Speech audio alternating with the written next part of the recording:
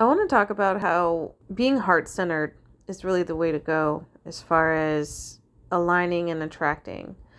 Now, a lot of people talk about this, and I'm just going to give you guys my take, and this is probably going to go into a lot of other little semi-related topics. Now, with the heart-centered work, this is really big. If you've been experiencing blockages, for example, in opportunities, in finding a job, starting a business, building a home, finding a partner, things of that nature, you might have to tune in and ask yourself, am I being heart-centered in my approach?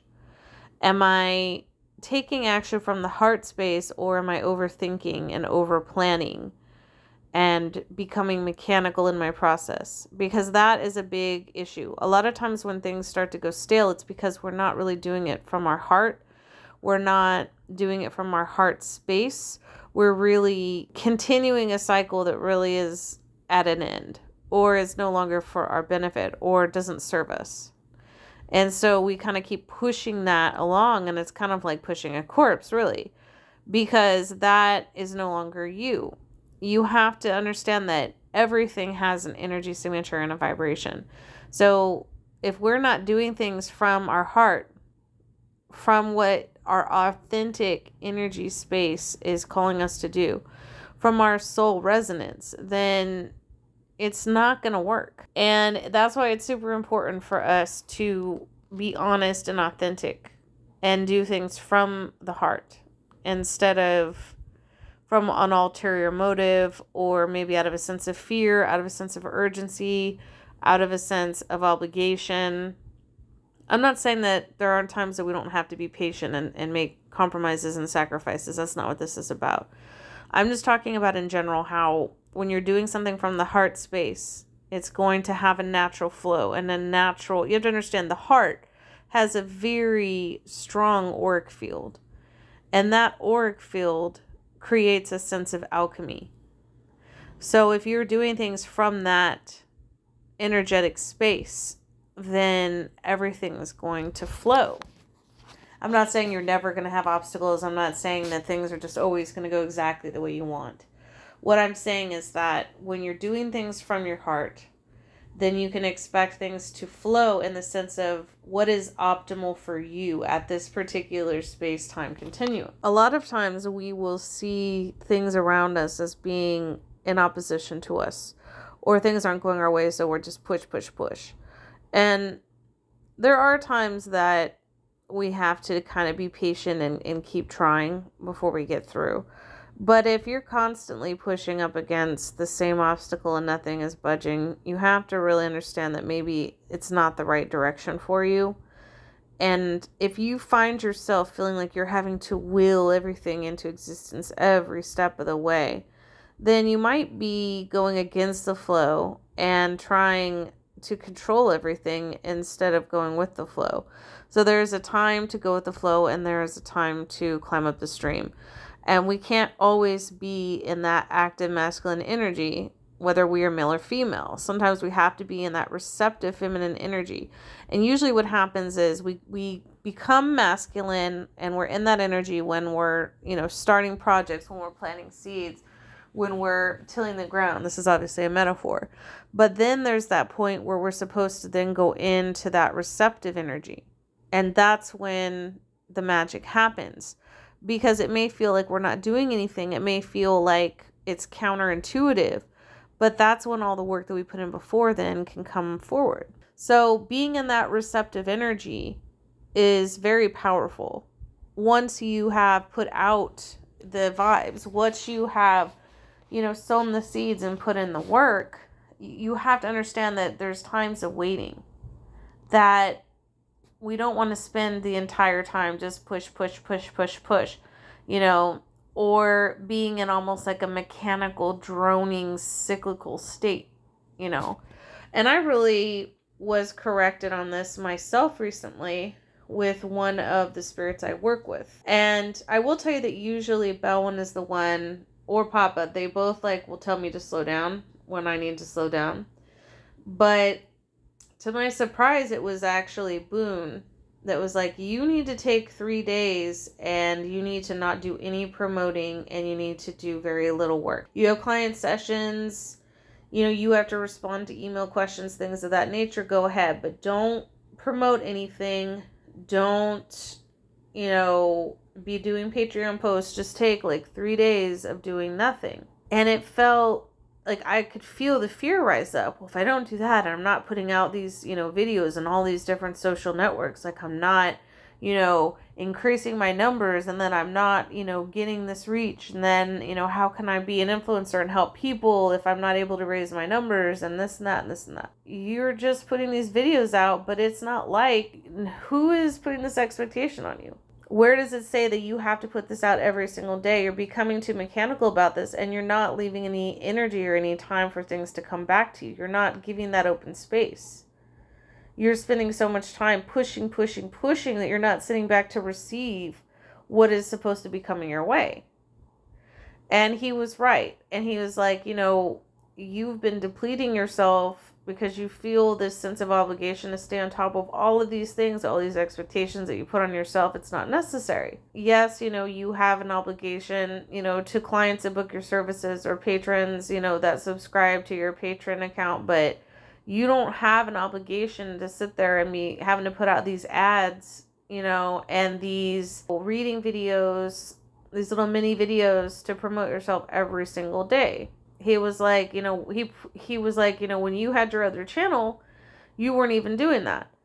You were putting out 1 video a week, sometimes 2 videos a week, but usually 1 video a week.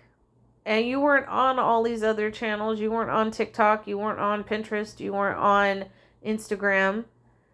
And it didn't affect your client flow at all. You were just out there speaking your truth. You weren't even, you know, doing readings on your channel. You were only doing them for clients. And all you were doing is putting out information. And you know, and you had clients coming in. You didn't need to be doing all that because you were speaking from your heart and your truth, and you were being authentic. Boone was like, no. And this is a demon that deals with money and success. And he was like, no, like, take a few days, rest, revisit everything, like meditate on things, you know, spend some time with yourself, because, you know, you're depleting yourself with all of this, and nobody's putting this expectation on you but you. And he was right. And I was realizing just how ridiculous I was being with these expectations I was putting on myself, trying to, like, what, beat out algorithms. And it's not like I even have a huge following. Even on my old YouTube channel, it is kind of funny because I'm still getting followers. Like, I think I looked on there recently, and it's like almost 5,000, and I'm not even, like, on there anymore. Like, people are just adding themselves because the videos are getting circulated by the algorithm. But anyway, like, it's not like I had a huge following then, and I definitely don't have a huge following now. But I never gave a shit about ads or promoting myself or anything like that. I was just putting out 1 YouTube video a week, and then word was just getting around after people would book with me, and word got around. And my reputation as an akashic reader primarily, and also an energy healer. Later, I started taking on other types of work and ended up expanding out into Patreon and things of that nature. So I'm just using this as an example, like, for me recently. We have to sort of check in and be like, all right, are we doing this from the heart space, or are we doing this because we feel we have to, or because we feel this is the thing to do? Are we in too much feminine energy? Are we in too much masculine energy? You know, do we need to balance there? Because remember, the heart is also the midway point between the higher self and the lower self, between the masculine and feminine, you know, between the Sephiroth and the Klippa, right? This is that midway point. This is the middle path, essentially. When we always think that everything is against us, or, okay, this person is attacking me, this person is doing that,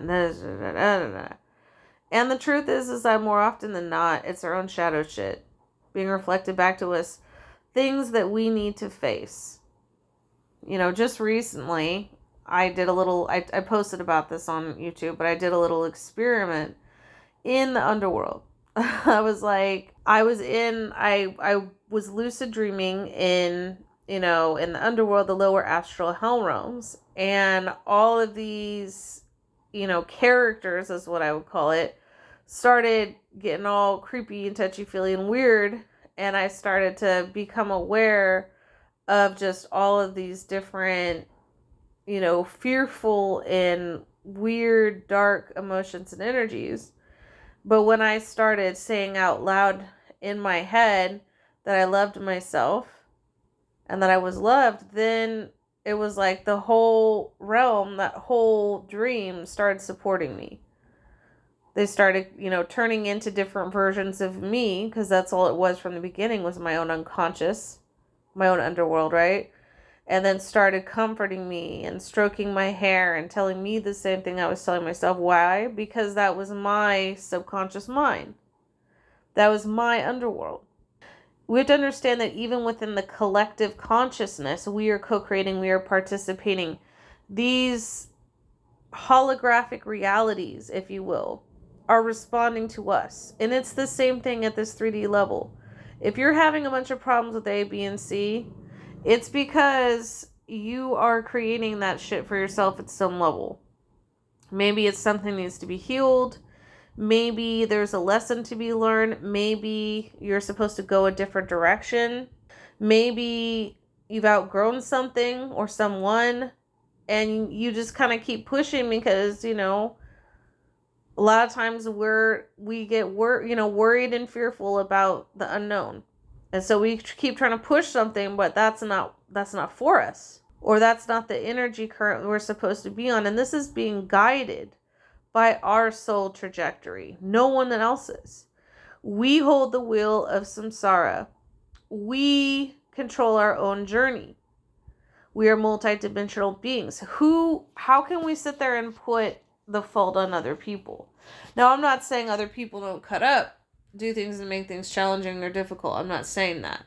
But what I am saying is, if we're always looking to the external of, oh, this is just happening, you know, because of this, and this person did this to me, and playing the victim, and not taking our own responsibility into account, and not being accountable for the role we play, and like, oh, hey, maybe this is happening because I have this unhealed thing going on. Maybe this is happening because I didn't, you know, I made this choice which landed me here, and now this is a consequence of that choice.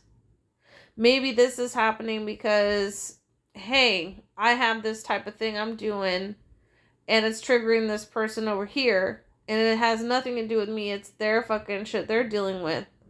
And I have my own shit that I need to deal with. I have my own triggers that I need to fucking deal with.